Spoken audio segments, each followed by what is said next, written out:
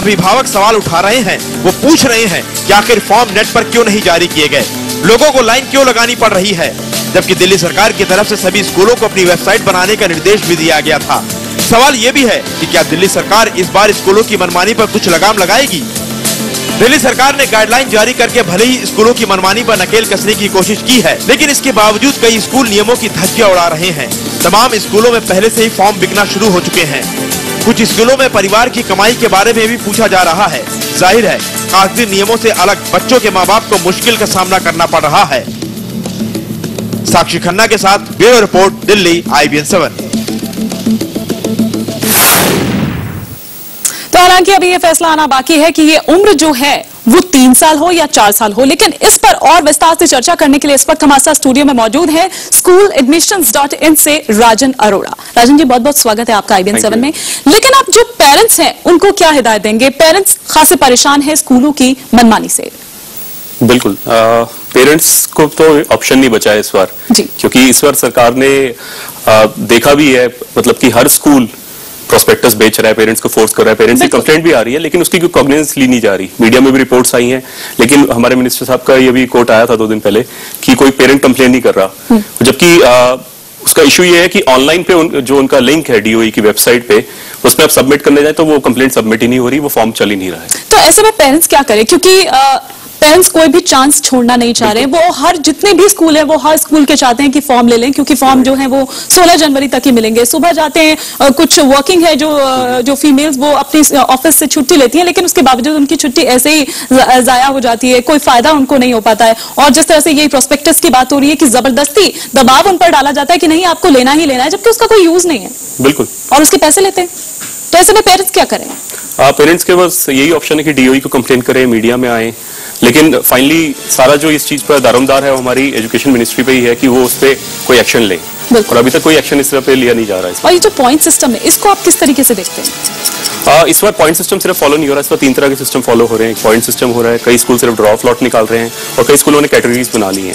Siblings के लिए अलग सीटें उन्होंने रिजर्व कर दी हैं, एलुमनाई के लिए अलग कर दी हैं, मैनेजमेंट कोटा अलग हो गया है, हर कैटेगरी को अलग करके कुछ सीटें कर दी हैं। कई स्कूल इस तरह से हो गए। हालांकि अब देखिए कि दिल्ली सरकार ने एकदम से यू टर्न लिया है, जो हाईकोर्ट में कहा है कि वो ये कह रहे हैं कि ये नहीं, जो दाखिले की उम्र जो पहले थी उसी तरीके से होगा।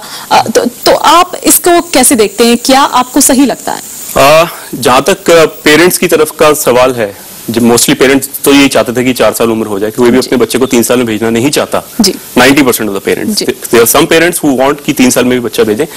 तो हर एक को उम्मीद यही थी कि शायद ये एज बढ़ा दी जाएगी, लेकिन जो कल इनका एफिडेविट आया है नया, उसके बाद उम्मीद खत्म हो गई थी पेरेंट्स की। तो हमारी तरफ से यही सोल्यूशन आ रहा था कि पेरेंट्स का भी आप ओपिनियन लीजिए, सिर्फ कोर्ट और उसमें चल रहा है डिसीजन, कोई फाइल कर रहा है कोई केस वगैरह। पेरेंट्स जनरली या तो आप ऑप्शन दे दीजिए पेरेंट्स को। बहुत सारे पेरेंट ऐसे इनका बच्चा 4 साल से 1 दिन ज्यादा है, उनको एडमिशन नहीं मिल रहा, तो या तो आप पेरेंट्स को ऑप्शन दे दीजिए ना, फ्री कर दीजिए कि आप 3 से 4.5 साल या 3 से 5 साल के बीच में आप नर्सरी में भी करा सकते हैं, और KG में भी आप 4 से 6 साल के 5.5 साल। फ्लेक्सिबिलिटी होनी चाहिए पेरेंट्स के लिए, फ्लेक्सिबिलिटी होनी चाहिए, लेकिन वो चीज मिल नहीं रही है। राजन से हम और आगे बात करेंगे, कुछ और टिप्स हम लेंगे, लेकिन कुछ टिप्स हम भी यहाँ पर आपको दे रहे हैं। ये सच है कि दिल्ली में नर्सरी में दाखिला कराना नाको चने जमाना जैसा है। बच्चे का एडमिशन हो जाए, यही पेरेंट्स के लिए राहत की बात होती है, लेकिन इसके बावजूद अभिभावकों को एडमिशन लेने से पहले कुछ खास बातों का ख्याल रखना चाहिए। क्या कुछ है वो खास बातें, देखिए हमारे इस खास रिपोर्ट में।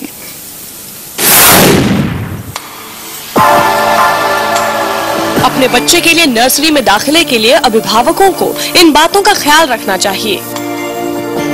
स्कूल घर के जितने पास हो उतना अच्छा। एडमिशन लेते वक्त इस बात का ध्यान रखें। कंपटीशन इतना ज्यादा है कि कम से कम 15-20 स्कूलों में आवेदन करना जरूरी है। स्कूलों के ब्रांड नेम के पीछे ना भागें। ज्यादातर स्कूलों में अच्छी पढ़ाई होती है। एडमिशन लेते वक्त स्टूडेंट टीचर अनुपात और फीस स्ट्रक्चर का ध्यान भी रखें।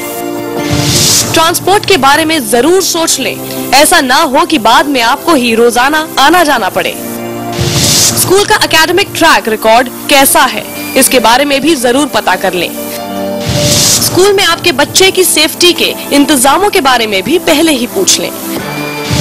पहले से पढ़ रहे बच्चों के पेरेंट्स से बात करके स्कूल के बारे में पूछताछ करें। पता कर लें कि जिस स्कूल में आप एडमिशन चाहते हैं वहां एक्स्ट्रा करिकुलर एक्टिविटीज के ऑप्शन हैं या नहीं। स्कूल का स्टाफ पेरेंट्स फ्रेंडली है या नहीं, इस बात की जानकारी भी लें। Bureau report IBN 7।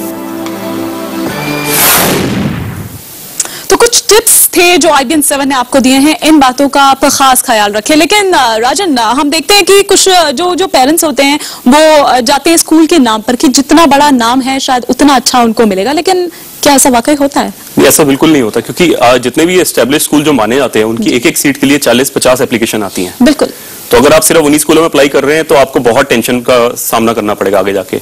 हमारा सजेशन पेरेंट्स को ये होता है कि आप कम से कम 15-20 स्कूल में अप्लाई कीजिए, जिसमें से 10 स्कूल ऐसे होने चाहिए जो आपके आसपास में हो, नेबरहुड में, जिनमें चांसेस ज्यादा है आपको पॉइंट्स मिलने की, या कि ऐसे स्कूलों में जहाँ पे आपको सिबलिंग या एलुमनी के पॉइंट मिल रहे हैं अगर पॉइंट सिस्टम है, या जहाँ पे ड्रॉप लॉट्स हैं। ड्रॉप लॉट में क्योंकि आपकी चांसेस इक्वल है। बिल्कुल ठीक है। या ऐसे स्कूल जो अब नए स्कूल आए हैं इनमें काफी फ्लेक्सिबिलिटी है। बिल्कुल, और यही मैं आपसे ये जानना चाहती हूँ जो आपका है schooladmissions.in, किस तरह की आपके पास भी क्या कुछ कंप्लेंट्स या किस तरह की हेल्प ये पेरेंट्स जो हैं उनके लिए कर सकता है? देखिए, हमने एक तो हेल्पलाइन खोली हुई अपनी वेबसाइट पे, जहाँ पे कोई भी पेरेंट आके कोई भी क्वेरी पोस्ट कर सकता है। तो हमारी टीम और उसमें हमारे वॉलंटियर्स हैं, पिछले साल के पेरेंट्स वगैरह है, वो उसका जवाब दे रहे हैं उनको।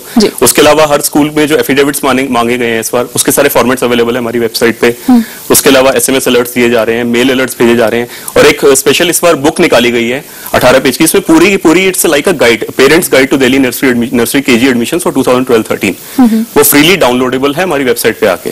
तो क्या कुछ रिस्पॉन्स इस तरीके से मिल रहा है कि कुछ पेरेंट्स इस तरह से आपके पास आ रही हो, कंप्लेंट्स या इस तरह की बात रख रहे हो या कुछ हेल्प उनको चाहिए हो? बहुत सारे पेरेंट्स की कॉल आती है। इनफैक्ट मतलब हमारे पास रोज कम से कम 600-700 तो ईमेल आ जाती हैं। जी, तो किस तरह की परेशानियां मतलब पेरेंट्स आप तक पहुंचाते हैं, फिर आप किस तरीके से उन्हें क्या सजेशन देते हैं? जनरली परेशानी पेरेंट्स को एक तो यही होती है कि स्कूलों से इन्फॉर्मेशन प्रॉपर्ली नहीं मिलती। स्कूल में पहुंचते हैं उनको पता चलता है कि आपने एफिडेविट ये लेके आना था, वो लेके आना था, डॉक्यूमेंट चाहिए। हर स्कूल का अलग सिस्टम बनाया गया है, तो वो सारी इन्फॉर्मेशन हम प्रोवाइड करते हैं पेरेंट्स को एक तो। उसके अलावा काफी सारे इस बार EWS कोटा के पेरेंट्स भी काफी सारे हमारी वेबसाइट पे आ रहे हैं। हमने उसके लिए भी एक हेल्पलाइन खोली हुई है, जो सोशल जूरिस्ट अशोक अग्रवाल है उनके रिप्रेजेंटेटिव रिप्लाई कर रहे हैं उस पर। और इसके अलावा जो ये बुक है इसमें सारी की सारी मोस्टली सारी क्वेरीज का सॉल्व किया हुआ है। बिल्कुल, लेकिन एक बात जो हम यहाँ पर और कर रहे थे राजन से पहले, पॉइंट सिस्टम की। अभिभावकों के लिए एक और बड़ी समस्या है स्कूलों में पॉइंट सिस्टम। पिछले साल की तरह इस बार भी दिल्ली सरकार ने निजी स्कूलों को छूट दी है कि वो चयन प्रक्रिया खुद तय करें। स्कूल अपने चयन प्रक्रिया में पॉइंट सिस्टम लागू करते हैं। पॉइंट सिस्टम के लिए जो हर स्कूल है उसके अपने अपने नियम है। इस सिस्टम से कुछ अभिभावकों को फायदा मिलता है तो कुछ को नुकसान। लेकिन इसके अलावा इस साल स्कूल में भारी फीस बढ़ोतरी की तैयारी से भी जो पेरेंट्स हैं वो खासे घबराए हुए हैं।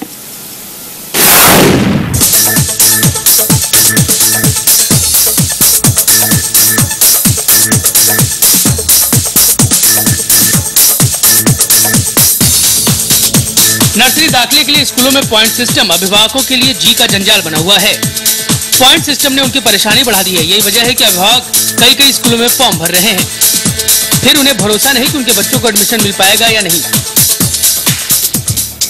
पॉइंट सिस्टम का मतलब होता है कि कुछ खास कैटेगरी में अगर बच्चा आता है तो उसे दाखिले के लिए ज्यादा पॉइंट्स या नंबर मिलेंगे। ज्यादा पॉइंट्स पाने वाले बच्चे के दाखिले की वरीयता बढ़ जाती है। पॉइंट्स इन कैटेगरी में दिए जाते हैं। डिस्टेंस यानी घर से स्कूल तक की दूरी, सिबलिंग यानी बच्चे का सगा भाई बहन या कजन, एलुमनी यानी बच्चे के माँ बाप दिल्ली से पढ़े हों, पहली संतान अगर लड़की है तो ज्यादा पॉइंट्स। दिल्ली के हर स्कूलों में अपने अपने कैटेगरी और पॉइंट सिस्टम है।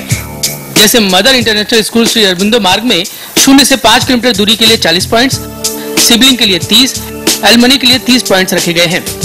मॉडर्न कॉन्वेंट स्कूल द्वारका ने द्वारका में रहने वालों के लिए 40 पॉइंट्स, द्वारका से बाहर वालों के लिए 30 पॉइंट्स, सिबलिंग के लिए 20, गर्ल चाइल्ड के लिए 10, फर्स्ट चाइल्ड के लिए 5, स्पेशल नीड्स के लिए 5, single parents 10, transfer case 10 points रखे हैं।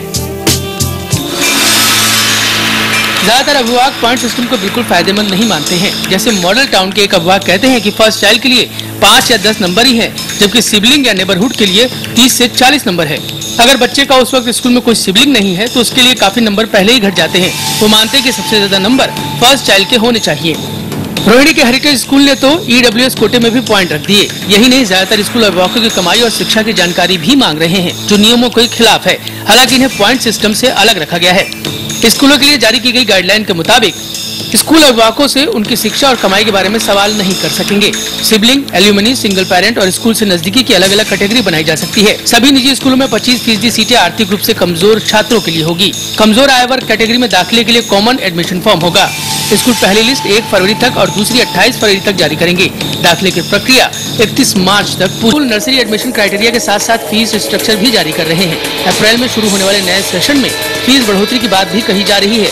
कई स्कूलों ने कहा है कि फीस बढ़ोतरी का प्रस्ताव विचाराधीन है। ट्यूशन फीस के अलावा building fees, technological charge, smart class, medical fees, annual charge में भी बढ़ोतरी की जाएगी। जब प्रोस्पेक्टस इतना महंगा है तो फीस का अंदाजा लगाना मुश्किल नहीं है। Bureau report, Delhi, IBN 7। तो वाकई में एडमिशन कराना बहुत ही किला फतेह मतलब करना कुछ ऐसे ही, मैं तो राजन यहाँ पर कहूंगी। लेकिन पॉइंट सिस्टम की जो हम बात कर रहे थे, हालांकि हम पहले बात कर चुके हैं, लेकिन इसका फायदे और नुकसान की बात करें तो आपको क्या देखते हैं, इसको फायदा या नुकसान? दोनों तरफ से देखा जा सकता है। फायदा ये है कि पॉइंट सिस्टम जो गांगुली कमेटी ने प्रपोज किया था, उससे ये था कि एक पेरेंट को पता है कि उसकी चांसेस कितनी है किसी स्कूल में आने की। तो ऐसा नहीं कि आप 30 स्कूल 35 स्कूल में अप्लाई करना पड़ रहा है आपको था कि यहाँ पे मेरा आने की बहुत अच्छी चांस है। लास्ट ईयर के रिकॉर्ड देख के मेरे 50% से ज्यादा अगर पॉइंट बन रहे हैं तो चांस बनती है। इस बार थोड़ा कंफ्यूजिंग हो गया कि 3 तरह के सिस्टम रख दिए गए हैं। काफी सारे स्कूल जो पिछले साल तक पॉइंट सिस्टम फॉलो कर रहे थे अब नहीं कर रहे हैं। तो अपनी मनमानी मतलब यहाँ ज्यादा देखी जा रही है इसको। खैर, बहुत बहुत शुक्रिया राजन जी, आप हमारे साथ आए। हम इतनी जो मेन जो पॉइंट्स है वो आपने हमारे दर्शकों तक पहुंचाए। बहुत बहुत शुक्रिया आपका। Thank you. और अब ये नजर डाल लेते हैं देश और